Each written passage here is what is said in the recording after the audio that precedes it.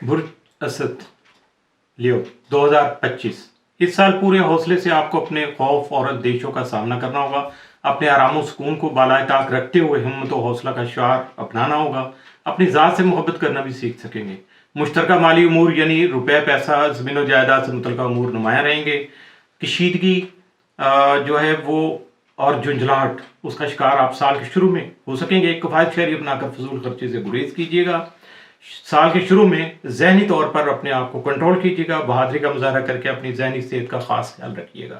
کھانے پینے میں محتاط رہیے گا. خاص طور پر اپنے دل، چہرے اور پاؤں کا خاص خیال رکھیے گا. کریئر میں ہونے والی اتھل پتھل کی وجہ سے کسی نئے کام کی جانب مائل ہو سکیں گے. تعلیمی قابلیت بڑھانے کے لیے اعلیٰ ڈگری کے حصول کی کوششیں کر سکیں گے. قسمت آزمائی کے کھیلوں سے دور رہیے گا. اپنے نفع نقصان میں دوسرے لوگوں کا کردار جاننے کی کوشش کریے گا کہ کس کی وجہ سے آپ کو بھلا ہو رہا ہے، کس کی وجہ سے نقصان ہو رہا ہے. ٹیکس کے معاملات کو اچھی طرح سے سمجھنے کی کوشش کیجیے گا.